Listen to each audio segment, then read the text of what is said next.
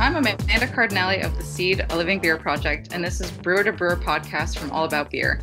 My guest is Vasilios Gletsos of Wunderkammer, and he is here for a conversation that goes beyond the brew house and into topics that matter to brewing professionals and curious beer drinkers. First, please visit allaboutbeer.com and follow on social media at allaboutbeer. And to support journalism in the beer space, check out patreon.com/allaboutbeer. We'll get into this conversation in just a moment, but first, this message. Bright, tart, and fruity. That's what you expect from hibiscus flower. First Tea's clients have added hibiscus to craft beer and hard seltzers to create tangy Juneteenth refreshment and add Caribbean character. With hibiscus and other botanicals from First Tea, your next summer launch will hit the spot.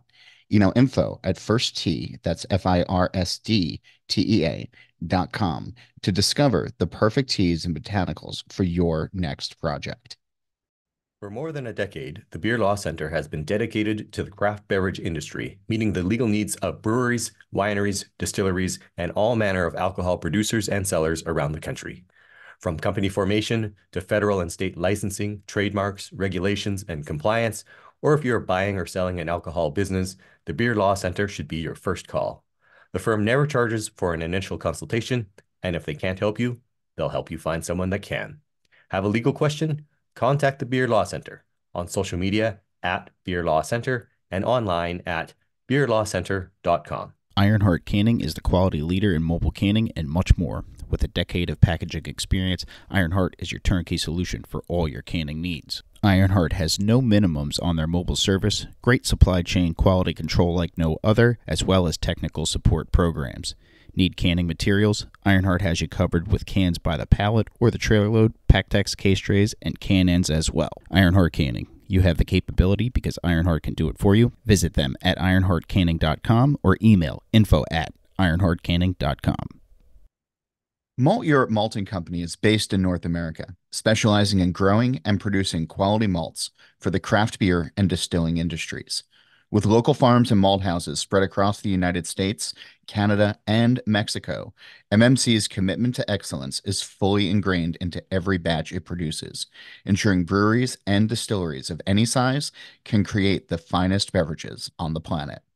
Visit malteuropmaltingco.com to learn how Malt Europe can support your malting needs. Or you can contact them at customer success at malteurope.com or call 844-546-MALT for questions or to place your order. Malt Europe, premium grains from field to flavor. Okay, let's get into it. A bit about my guest today. Vasily was born and raised in Pennsylvania and New York State. He studied studio and performance art in Maine and discovered his passion for brewing and world beer styles while touring as a company member of the Bread and Puppet Theater in Vermont.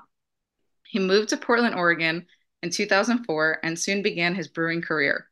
He brewed in pubs and production breweries there for 10 years before moving back to Vermont's Northeast Kingdom in 2015, starting Wunderkammer Beer as a side project in 2016.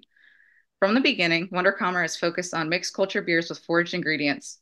Today, the brewery is in residence at a former cheese dairy in Albany, Vermont, where local ingredients are brewed in a wood-fired kettle, rested in a cool ship, and fermented and aged in a cave. Hi, Vasily. Thanks so much for hanging out with me. Hey, Amanda. A pleasure. Thanks for having me. Of course. How are Yeah. things going? How's your roof holding up? Oh, it's holding up great. Okay, Yeah, and good. thanks you guys. That was so great. So yeah, we originally planned to do a collaboration, but the roof fell in after a tree fell on it. So yeah, Sean and you and Jose came up, and we spent an afternoon putting it back together. So that was really helpful. Oh, well, I'm glad. Definitely not the day we pictured, but I'm glad we were there to lend some hands. And we were Oh also yeah. able to, spend time in the cave, blending barrels and tasting things and eating soup. So I really wouldn't have changed a thing. Yeah, it was a wonderful day. I really loved how up for anything Sean was. That was great. He was like, "Oh yeah, I got some like construction blood in me." He does. Yeah, yeah, That's good because I am not handy at all, but I can easily, hand you tools and pieces of wood. Yeah, no, you had like the rock star in the daytime kind of vibe. It was awesome. Yeah. It was, and it was like a beautiful day. I don't know. It's always just like such a magical experience when we're there. Um, I mean, Yeah, that's why I'm I, constantly. Oh yeah. yeah, it's, yeah. I feel like I think about our trips up there all the time, and it like helps to kind of like re-inspire me. Awesome. So That's so great. thanks. Yeah. Anytime you want to come up to feel re-inspired, please just let me know. Happy to hang out. You're gonna regret that. Well, I do feel like it's really such a special little corner of the country, and I do feel super thankful for living here all the time. Yeah, I believe it. It really is. It's beautiful. We definitely don't get up there enough, but hopefully we can change that in the future. Yeah, it'd be great. Yeah. So speaking of Vermont and where you live, um, I mean, it's hard for me to not automatically like think of you and think about like botanicals and forageables. Mm. So I've been thinking, do you think that the ingredients you pick are like, do you like seek them out, or is it kind of like, hey, I noticed this was growing in my lawn. I should try using it in a beer. Yeah, a little bit of both. I mean, it's definitely like, what is this thing that's growing here? You know, it's kind of more stop and go a bit deeper, you know, and explore your world a bit more. I mean, it's I don't often go out with that kind of, you know, Indiana Jones kind of vibe of like looking for something that's really really well hidden and things. Those things are pretty cool, but I often aren't going to use them in beer because you can't really find enough of them. I like to pick the stuff that's um, kind of everywhere, and you don't notice it. More along those kinds of lines, you For know, sure. like the sumac. I'm literally looking out my bedroom window, and there's a huge stand of sumac like right there. Uh, and yeah, just sort of discovering those things that are plentiful and all around you that just uh, that kind of blend into the scenery unless you really stop and take a look and are curious about it. I love that. Sumac is a fun one to work with for sure. Oh yeah, so unique. Yeah, especially up here, like there's not a lot of stuff that you can turn to for like an acid component Mhm. besides, you know, fermentation byproduct, that kind of a thing. I mean, I don't import stuff from all over the place. I don't use oranges just because there's none of it up here. Yep. Um, so yeah, when I'm looking for acid, something like that, or maybe even fruit or like sea buckthorn or something like that will get you some nice acidity. Yeah. Yeah, for sure. Do you have a favorite ingredient that you like working with? I think I just sort of fall in love with looking at uh, different kinds of families of stuff. Like in the last year to 2 years, I've been going even deeper into like conifer type flavors and products in beer. You know, um, things Mhm. like pine and spruce and fir and juniper and cedar and things like that. I've really enjoyed those kinds of flavors. I feel like often when you're not um, playing around a lot in the hoppy realm, those kinds of more earthy and yeah, and you can find resiny kind of qualities and lots of other stuff besides hops. So it's really fun to explore the depth of that. Sure. We just started, I think we made two beers with spruce recently. Awesome. We just Yeah. tasted one of them for the first time since it's been in a bottle, and it's really fun. And I had no idea what to expect. I'm always like so paranoid that it's just gonna turn into like weird like pine solly cleaner or Oh yeah, yeah. That can applet. happen. Yeah, I remember I had one release like I had to basically wait an extra year in bottle before it like resolved enough to get into a good place for release.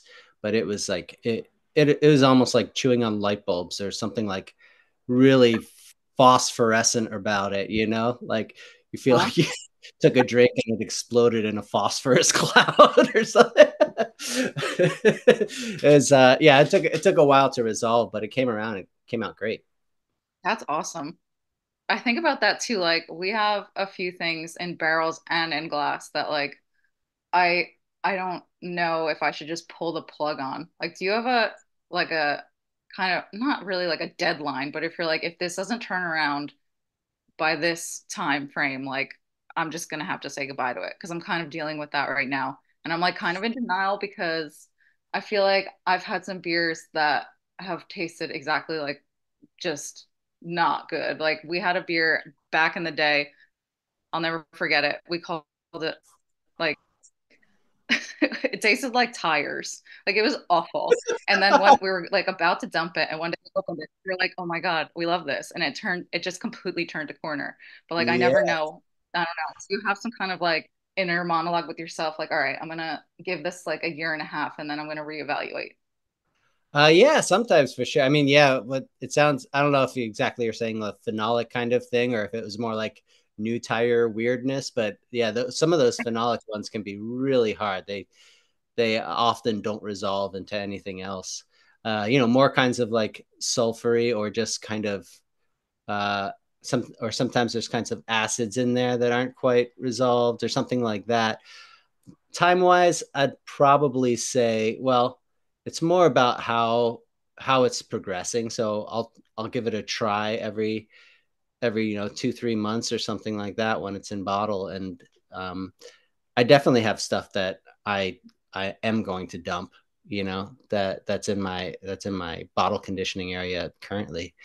Um, but yeah, I mean, I'd say most of what you can expect you'll see in about a year. But I mean, it's all about is it continuing in one direction, continuing to develop, even if it's continuing in a bad direction. If it just keeps getting worse, then yeah, maybe maybe it's time to dump it. But I don't really have a time frame, just sort of trajectory. Just trying to keep note of that, you know. Yeah. All right. That makes me feel a little better because I'm just holding on to things right now that I'm like, I really should dump this, but I'm not quite ready to yet. Sure. Yeah, no, that makes sense. I've got something that's probably 2 years in my bottle conditioning area right now, and I'm still not sure about it. Sometimes it can just be borderline for so long that Mhm. you just kind of get exhausted with it. Yeah, with just trying it and then kind of being feeling slightly defeated. Yeah, just don't label it yet, you know. Just hold Exactly. on. Yeah. Do you notice like so do you normally add your botanicals and anything you forage hot side or cold side or both? Yeah, I mean part of the reason that I don't have like a standard sumac beer or something like that is because I just like to take each year as an opportunity to continue to explore and combine some of these different things, you know. Um, so anywhere and everywhere. I think some botanicals have a more resiny kind of composition that I feel like will probably outlast adding them hot side, the sort of tumult of the brew day, and fermentation and conditioning. Some things will just like totally fade or get kind of weird. If it's something that's more something more floral, if I'm trying to captivate some of that quality that's a little bit more volatile, I suppose, um, delicate, things like that, I'll try and capture that as close to packaging as I can. Um, so I might make a base that might have hops and yarrow or something like that on it. Yarrow is one of those ones that will definitely like last from hot side add all the way through to through conditioning years later, you know. Yeah. So adding that hot side, and then, you know, if I want to, or in other words, just have some sort of a base, and then maybe add the floral component later, lilac, linden, elderflower, whatever it is, you know, more or less as you would a dry hop, but you know, in terms of mixed culture beer, so 6 months, a year down the road, whatever it is. Yeah, but really, my brewing setup is really set up for experimenting with it at any point. I always do a cool ship rest, no matter if it's just for a couple hours or, you know, like in the summertime, or if it's overnight, in like in the winter or fall, something like that. So anything from, you know, strike water. I could heat that up in the kettle and use that for mashing, or in the mash, or in the boil, or in the whirlpool. Um, yeah, I usually don't put anything in the inside the barrel itself, just because it sounds like a pain in the ass to take the head off and try and get whatever it is out of there. Um, but yeah, conditioning before packaging, I do it there too. I love that. I was just thinking about that too because we are the same way. Um, but for some reason, we have one barrel that we decided to like put a lot of goldenrod in, Yeah. and and you know it's of course like our barrels are not on racks, so that barrel will probably never move, and that goldenrod will live in that barrel forever. Um, but that was one of the beers that was like, this is awful. Like this, I don't know what to do now. But we just gave it time, and it ended up becoming a really cool project. And then Yeah. you know, the next beer we put in it, the goldenrod really is faded, so now it's just pretty like cool and nuanced. Oh wow, yeah. I'm really curious. I've never gone back onto something like that before. That sounds super interesting. I'm really curious what the residual quality of it is. We will have to bring you both when we're up Oh, next. yeah, There's yeah. totally Goldenrod can be actually difficult. I was mentioning I have a beer in my cellar. I want to dump now, and in bottles, and it is a goldenrod beer. It can be really tricky sometimes, you know. yeah, for sure. Um, Some of them just come off really too herbal, and yeah, I think that is what happened. I was we all called it like Vicks Vapor Rub for a while. yeah, that's a really hard one. Like those kinds of so like things that get into that eucalyptus or minty kind of quality. It really just cuts like a knife. So bright, you know. For sure. Do you normally like if you're using something that you've never used before, do you like make a tea or like how, do you kind of experiment with the flavors of it or just kind of go for it? You know, to some degree, I'll test things out. I'll try them as teas and things like that. I wouldn't say I do like a ton of iterating. For the most part, I'll just kind of kind of go for it, and I'm not really keeping copious notes. Like often my notes are like one bag, you know, because it's like a huge bag of herbs. It's not like I don't know, might be even difficult to get on the scale. I'm sure it wouldn't be super heavy, uh but yeah, I often just go with it because, you know, yeah, so that's the difference between using something that I've used before but not perhaps in that way, or in that place in the process, uh, versus something that's entirely new. Something that's entirely new, I'll do some research about it, but by and large, I have like a kind of a place in my mind where I think it should be in the flavor in terms of the right ratio or whatever. You know, you're going to kind of just find out what it does, how it was, and you'll have a chance to go back and do another beer with it in the future, or blend it back to bring it back into balance, or something along those lines. Rarely is it like um, so overpowering that it's a big problem. Well, I that's mean, good. a lot of the times too, I'm kind of looking for subtle. Sometimes it's not subtle at all, like spruce. There's a lot of spruce in my recent spruce beer, but sometimes it is kind of just a nuanced herbal note. Trying to hit some of those more, um, yeah, like sort of the descriptor of earthy sort of seems to follow everything from like umami mushroomy to bright minty to kind of a woody thing. So I definitely like exploring the nuances that are there, like as a underlying note in a lot of the beers. I love that. Yeah, yeah. Not everything has to be in your face. Actually, it's most of the time it's better if it's not. Totally agree. Yeah, yeah. So I've also, uh, obviously everyone has noticed that you incorporate a lot of the ingredients you use into your label art. You make all of your labels, right? For the most part, I do have an old friend of mine from art school who has been doing some of the label work for me.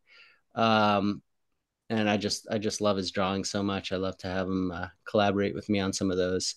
But for the most part, I'm doing it, or it's like some sort of. I also have a real thing for like old English woodcuts that were like kind of crude woodcuts that were used for like making chapbooks and stuff in the whatever it was 1500s or something like that.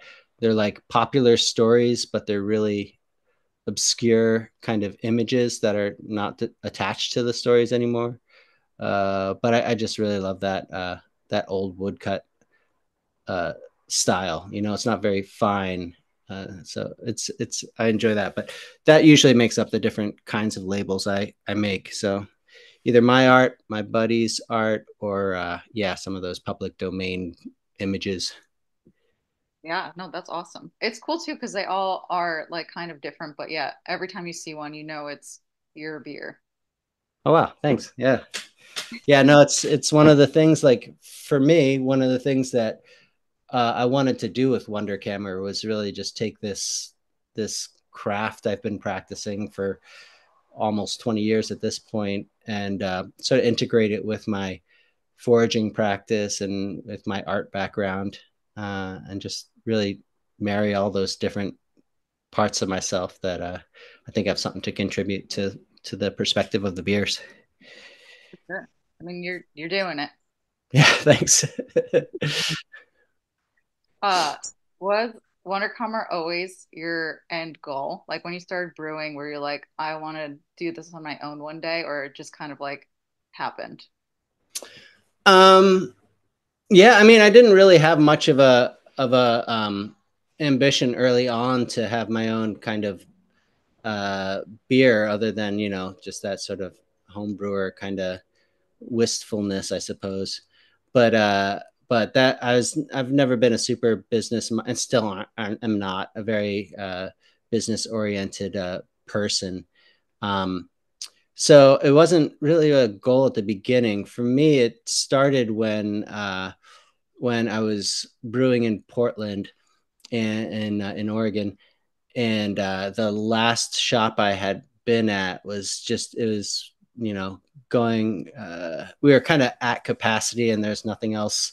Uh, and there's always these demands for the beer, and the solution for the management was basically to open another additional retail locations instead of sort of um, alleviating some of the and go into contracting rather than producing more beer on site, which is fine. It's their business decision or whatever. And I just kind of felt at a bit of a dead end there. And yeah, just kind of wanted to uh, pursue different kinds of beers. So originally I conceived of it while I was in Portland, and Yeah, and originally it did have like a big mixed culture component, but I think there, because it was more focused towards being in the city brewery, I was originally planning to do a wider range of styles.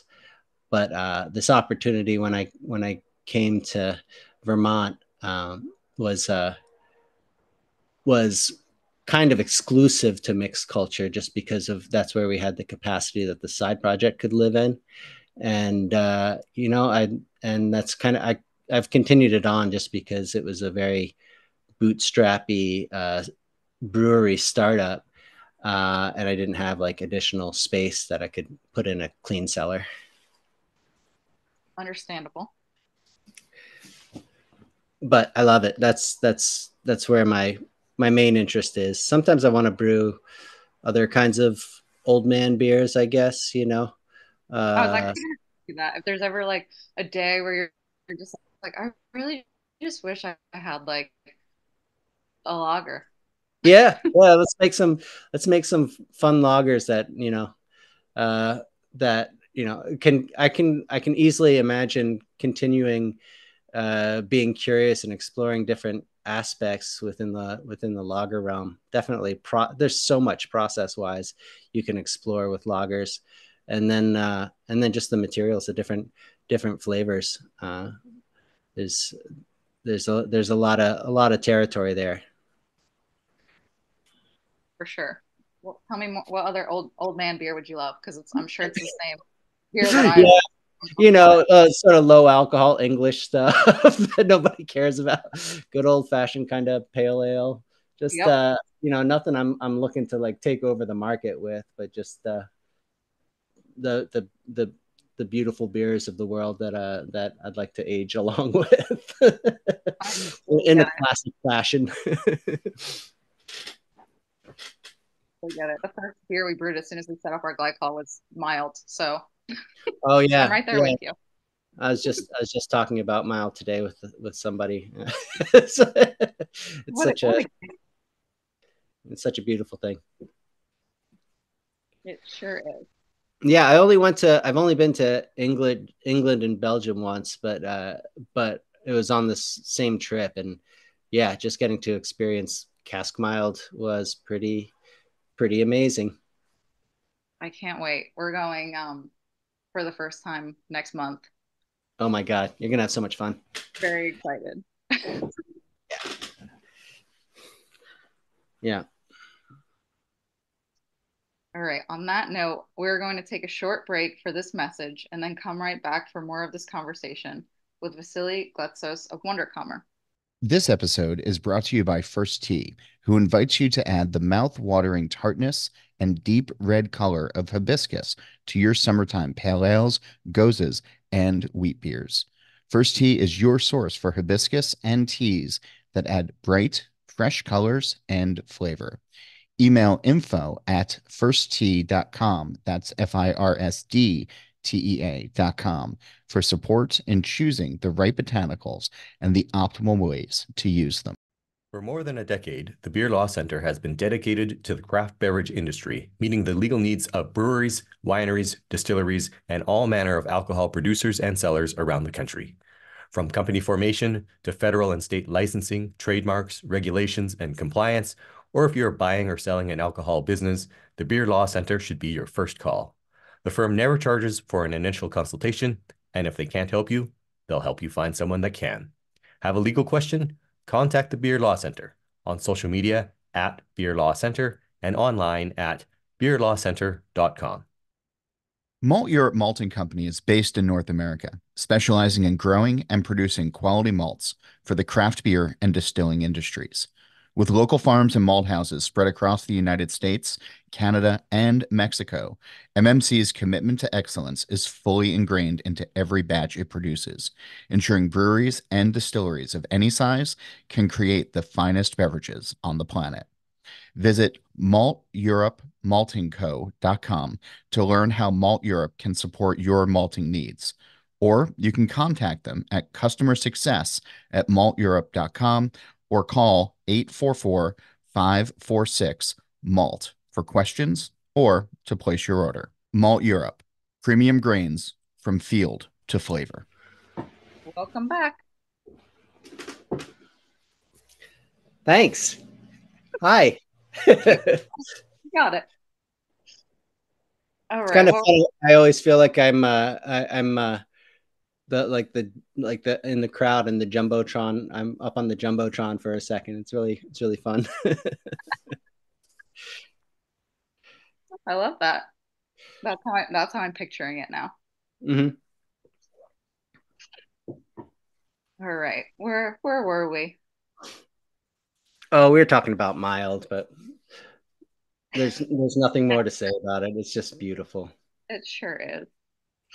Do you ever think about having a space where people can come and drink your beer?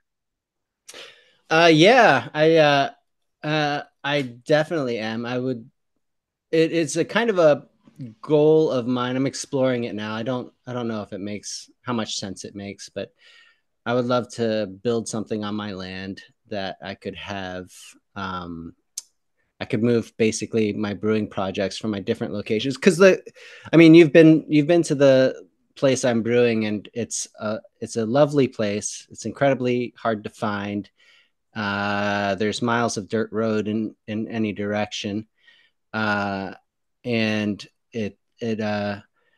it's also a sheep farm. So I would like to, and I do most of my foraging around my house. So I would love to have something over here that have a tasting room, maybe an opportunity to do some more clean beers, have a clean cellar there as well. Clean, I just mean like not mixed culture cellar. Um, and yeah, that would be really lovely because I love where I live. I got about a little over 40 acres right on a river in Wow. beautiful Craftsbury. And oh yeah, you've never been over. You should come over next time. Okay.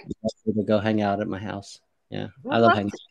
Yeah, and so yeah, I would love to make that happen. As I said, I'm not very business oriented, so I'm not quite sure how to make the magic of money work in that kind of way. But I'm planning on exploring that idea and trying to figure it out a bit more over the next year, and maybe it'll happen. I'd love that. But yeah, besides there's that location in Albany, the production location, and then I have a bottle shop that's in a uh, basically an old furniture factory in Wolcott, where where there's not a lot of opportunity at either location to do anything with a tasting room or have the public in general there. Um, I do small tours and hang out with friends and stuff there, but generally, I would love to refocus all that energy over here and um, do fun stuff with food, snacks. I'm imagining, and a little tasting room, and uh, play my records, that kind of thing. That would be amazing. Yeah. Highly support this idea. Well, thanks. Yeah, I'll do what I can. That would be super exciting. So how far away is that from the your brew house and the cave? It's about 15 minutes. Oh, okay. Yeah, so it's kind of like midway between my two different locations. So yeah, it's kind of some days I just spend a lot of time kind of driving in circles to get everything together, whether it's, you know, beer that I packaged at the cave and I'm bringing it over to the bottle conditioning space in Wolcott, or whether I'm picking up some empty kegs in the bottle shop space. I do spend a lot of time sort of driving in circles, So unfortunately. that happens. Yeah. So people can get your bottles only at how do people get your beers? So I would say there's a couple different ways. I have like a bottle club, so those folks can have anything they want basically from me. Okay. And then I have very limited retail sales where I invite the public on my that's another thing that I feel like would change. My retail sales are really like just once a month. I'm kind of doing a lot now because I'm ending one session of the bottle club. So I'm trying to get everybody to come pick up their beer and that kind of thing. So I'm open for a series of days this month, but by and large, I'm really open 2 or 3 days, 2 or 4 days a month, like on weekend. So that if I did have something that was on my own property and something a little bit more public facing, I could do that more often. But so besides those two ways, and the retail side is not much of anything really. I have a distribution company because there's not really self-distribution laws in Vermont, not very permissive ones. So I have a distribution company that I distribute my beer throughout the northeast part, throughout the northern part of the state. So basically, I load up my van and take it for a day and deliver to like Burlington and Stowe and Waitsfield, Montpelier, and some other locations. And then once I also, for some of the like the mountain towns where there's like, 45 minutes in between each location, I rely on a local distributor, Vermont Beer Shepherd, and they go all over the state. So they deliver to the places that are not feasible for me to deliver to, and that's a small amount because I do like my margins. So when you're not making a lot of beer, you gotta respect the margin there. And so I am delivering as much as I can and selling as much as I can myself. But I also like to get cases to some of these people who have been supporting me from the beginning and are really interested. I mean, that's really what it comes down to, is having advocates inside the store. Like my bottles don't even have SKUs on them. So it's not going into any grocery store that people don't know what the hell it is. It's going into a place that people really want to have it and they want to sell it because it's not going to sell otherwise.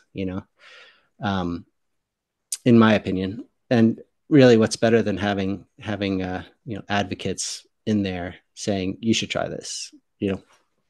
For sure. We kind of feel the same. I mean, like we don't make well, as much mixed culture beer as I would like to. Yeah, Just time and energy and space, but the same of thing, course. like I would love to sell it to everyone, but I just feel like I don't know. I'm always like a little nervous, like watching it like go out the door.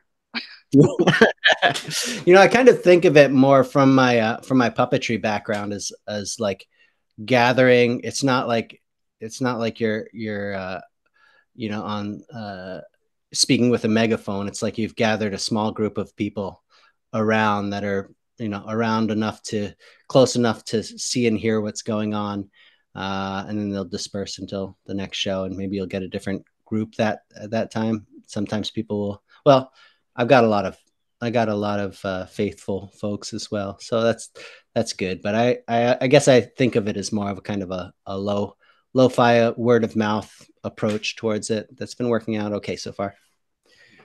I'd say. I must also, since you brought it up, the you taking us to the Bread and Puppet Theater, I also think about that like regularly. Oh man, that was like my teenage years, was like in altered states of consciousness walking around the Bread and Puppet Museum I in some cases. But in whatever state of mind, it's really an incredible work of art, you know? Yeah, it really is. And it was even better that you didn't tell us that that's what we were doing. So we just walked into it thinking that we were. Yeah, yeah. It's for the listeners who haven't seen it, it's a theater that's 50 years old or whatever at this point, but it's a barn that's like floor to ceiling, real horror vacuum sort of fear of open spaces approach to displaying all of these puppets. And there's great big scenes, and just these vignettes or stalls or whatever, just crammed full of similar puppets, and really makes it's really an incredible body of work. It really is. It's hard to even describe. You have to see it. Yeah, and definitely like bring a notebook, just walk around and just free associate and think. You'll just come up with so many different thoughts and ideas. It's really crazy, inspirational place.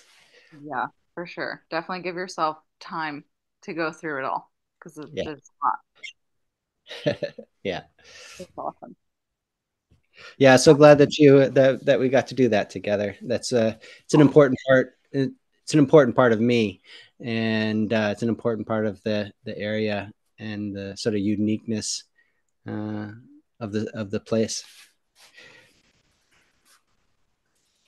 It's awesome. Thank you for sharing that with us. Oh, pleasure.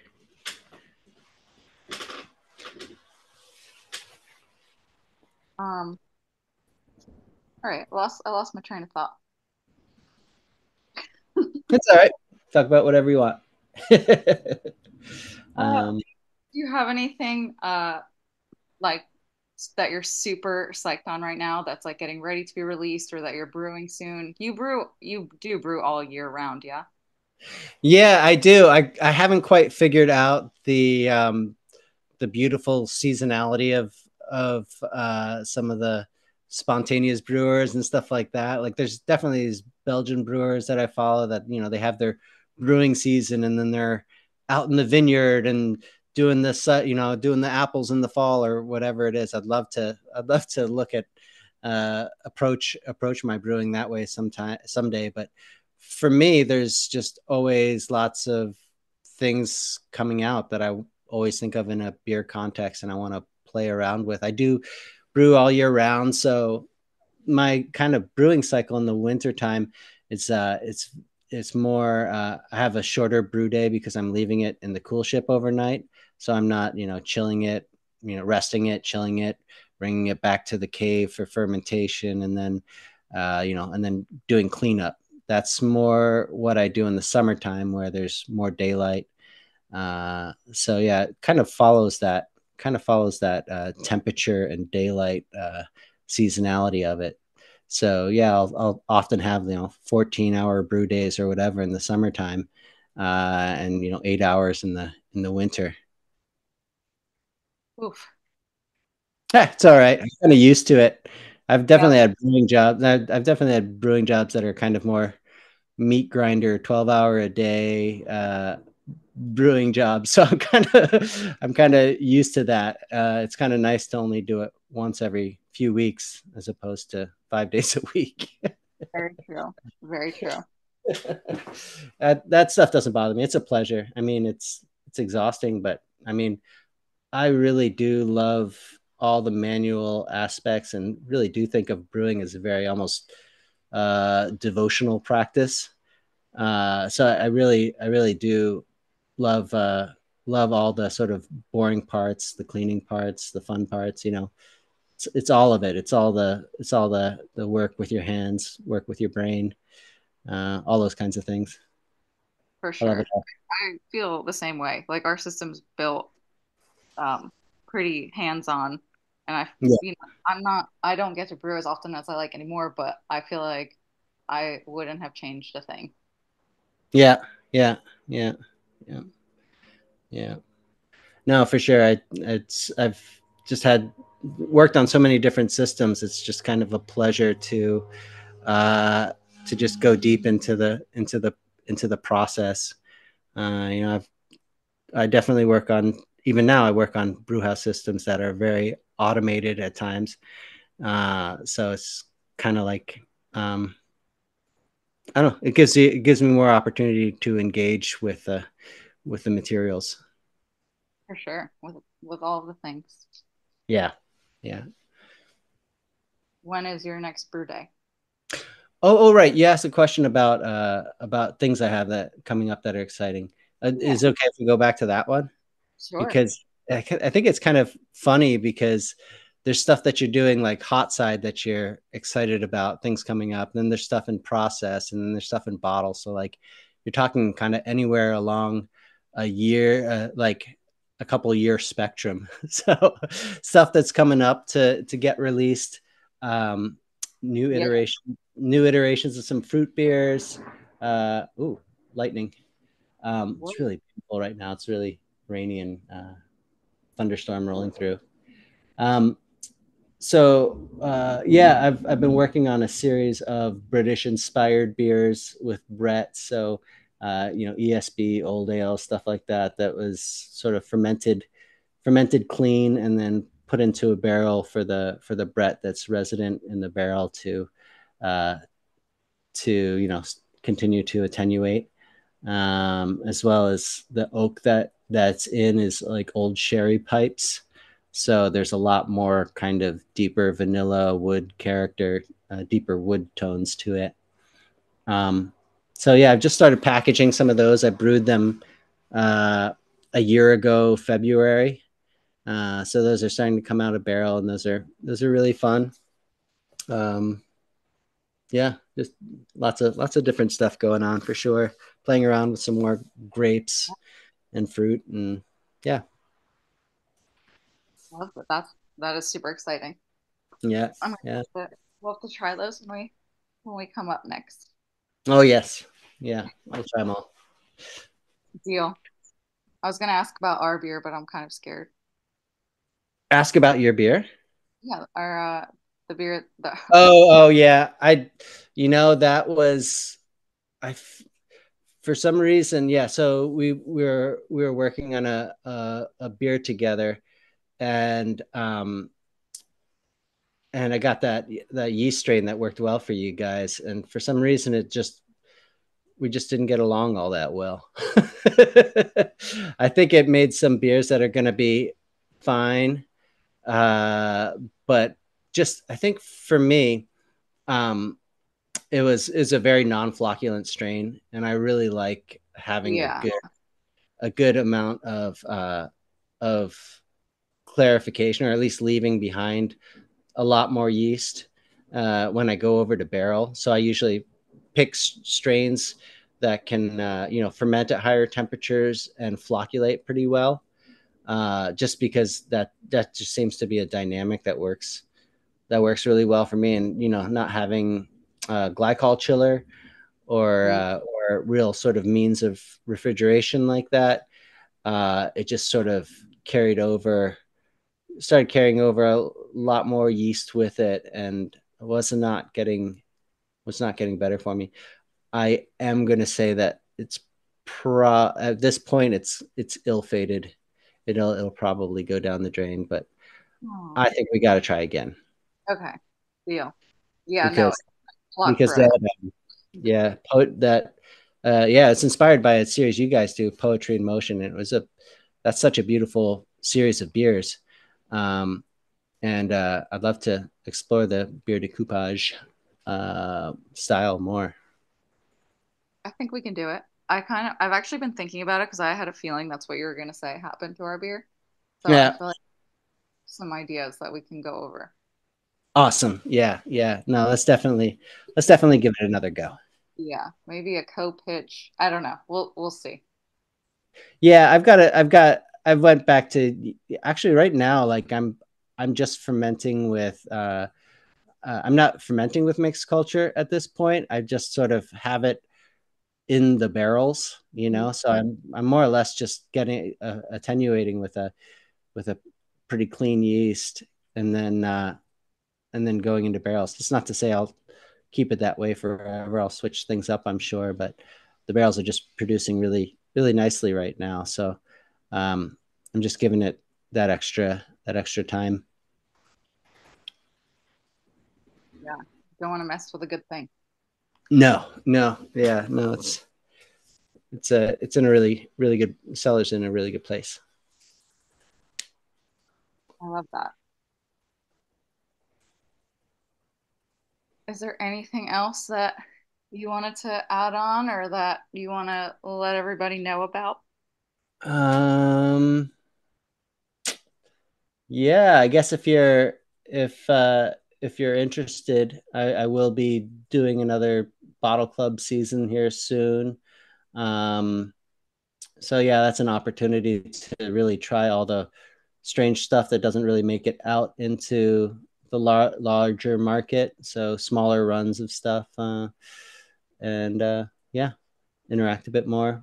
Other than that, I'm just excited for spring because probably in the next 3 weeks we'll be in full spruce tip and fir tip and pine candle. That's what they call them. They don't call them tips; they call them candles. Season, so that'll be exciting. And then yeah, just the sort of whole progression of every season's pretty exciting here in Vermont, and it's the ability to do all the foraging and stuff is coming right up, and I'm looking forward to that. Us too. We're in full blown spring now, I think. Yeah. Oh yeah. So spruce tips, you're talking about that a little earlier. They really change, like even over the couple of weeks that you pick them. So if you have the opportunity at some point in the future, checking out early versus late season tips can be really cool. They add such different kind of quality, especially like with spruce. They really come out a lot more sort of fruity and candy-like in the beginning, and then they get more towards like tree, more towards like, more towards the rest of the tree. Yeah.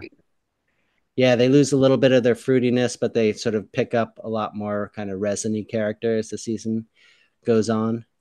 So yeah, with some of those beers, I'll often like use some of the branches in the cool ship, and then wait 6 months, a year, or whatever, through the conditioning, and then hit it with some fresh tips or something like that. It can be quite nice. That sounds awesome. I'll have to remind Sean. I think he gets most of the tips that we work with on his property at his work, actually. Yeah. It's a lot of those things are kind of like there's a season to them, and they change throughout the season. Like even that with like sumac, there's definitely a period where it hasn't developed acidity yet. I haven't used it at that point, but once it develops acidity, there's a period of weeks before the rain starts falling heavy in the fall here, and it kind of washes the drupes out. So it's kind of there's different aspects to it. I'm sure it's like with hops too, early harvest versus late harvest, and things like that. It really makes a big change. It's like a different material. For sure. Yeah, that's super fun to play with and to kind of experiment with to see the differences. Yeah. Well, that just made me very amped to like, I feel like I want to go out in my yard and like start picking things. Yeah, it's always a beautiful thing to go in a little bit deeper in your immediate surroundings. You'd be surprised. Like I was not looking for bog myrtle, but then just sort of realized that that's what was. I think I just looked it up on my phone or something like that, through some of these like plant identifiers, that like right next to, I mentioned we live on a river. There's like a little canoe launch that we take, and there's a huge amount of it growing right there. So that's kind of what one of the reasons I made my most recent beer, which is like one of the first things I've ever called a Gruit, which has like yarrow and mugwort and bog myrtle and other kinds of juniper berries and stuff like that, because it's really all just growing right around here. That was the final one that said, okay, I got to make a Gruit now, because I've got enough of the Gruit herbs like growing all around here. It's kind of ridiculous not to. Amazing. Yeah. That's exciting. Well, I'm very excited for all the things that you've got going on. Well, thanks so much. I'm really excited about all the stuff you got going. I just tried your strawberry and lavender beer. I think you left it for me last time you were up. It's awesome. Oh, thank you. Is the Yeah. strawberry holding on? Yeah. It's quite lovely. Yeah. I haven't tried that in a while. I think we only have like 1 or 2 bottles left, and I'm a weird like hoarder in that sense. But Sean's like, it's fruit, like just drink it. It's fruit beer. It's not gonna. Just Yeah, now. And I'm like, no, I can't because then it will never be the same. He's like, it's right. okay. But I feel a little better now because we're approaching strawberry season. So at least I know there will be some in the works. Awesome. Awesome. That's lovely. It is. Well, thank you so much for talking to me and hanging out with me. Oh, thank you so much, Amanda. It's a real pleasure to talk with you, and can't wait till you can visit next time. I can't wait either. We'll definitely have to make a plan and a brew day and a Yeah, I don't know. We might have to just spend an 14 extra. hours, 14-hour brew day. No. I'm in. Whatever we got to do, I'm into it. Sounds great. Perfect. Well, we'll definitely chat soon. And thank you again so much for talking and for all that you do. Thank you. Thank you. It was a pleasure. Vasily will be back on the next episode of the show as the host having a conversation with a brewer of his choosing. That will be on the air in 2 weeks, so make sure you tune in for that. Visit allaboutbeer.com and follow on social media. And to support journalism in the beer space, check out patreon.com/allaboutbeer. I'm Amanda Cardinali of The Seed, a Living Beer Project. Thank you for listening to Brewer to Brewer podcast. First Tea is a proud sponsor of the Brewer to Brewer podcast. First Tea invites you to explore the rich and versatile world of teas and botanicals, including hibiscus. Email info@firsttea.com. That's FIRSDTEA.com to find out more. Ironheart Canning is the quality leader in mobile canning and much more. With a decade of packaging experience, Ironheart is your turnkey solution for all your canning needs. Are you looking for a unique can size or nitro dosing? Ironheart offers filling sizes from 6 ounce up to 19.2, dedicated equipment for mixed culture products, and nitro dosing capabilities for still beverages and beer. Looking to break into other beverage segments? Look no further. Ironheart also provides a robust network of co-packing solution to get a variety of beverages in cans, both alcoholic and non-alcoholic alike. Ironheart Canning. You have the capability because Ironheart can do it for you. Visit them at ironheartcanning.com or email info@ironheartcanning.com. For more than a decade, the Beer Law Center has been dedicated to the craft beverage industry, meeting the legal needs of breweries, wineries, distilleries, and all manner of alcohol producers and sellers around the country. From company formation to federal and state licensing, trademarks, regulations, and compliance, or if you're buying or selling an alcohol business, the Beer Law Center should be your first call. The firm never charges for an initial consultation, and if they can't help you, they'll help you find someone that can. Have a legal question? Contact the Beer Law Center on social media at Beer Law Center and online at beerlawcenter.com. Malteurop Malting Company is based in North America, specializing in growing and producing quality malts for the craft beer and distilling industries. With local farms and malt houses spread across the United States, Canada, and Mexico, MMC's commitment to excellence is fully ingrained into every batch it produces, ensuring breweries and distilleries of any size can create the finest beverages on the planet. Visit malteuropemaltingco.com to learn how Malt Europe can support your malting needs. Or you can contact them at customer success at malteurope.com or call 844-546-MALT for questions or to place your order. Malt Europe, premium grains from field to flavor.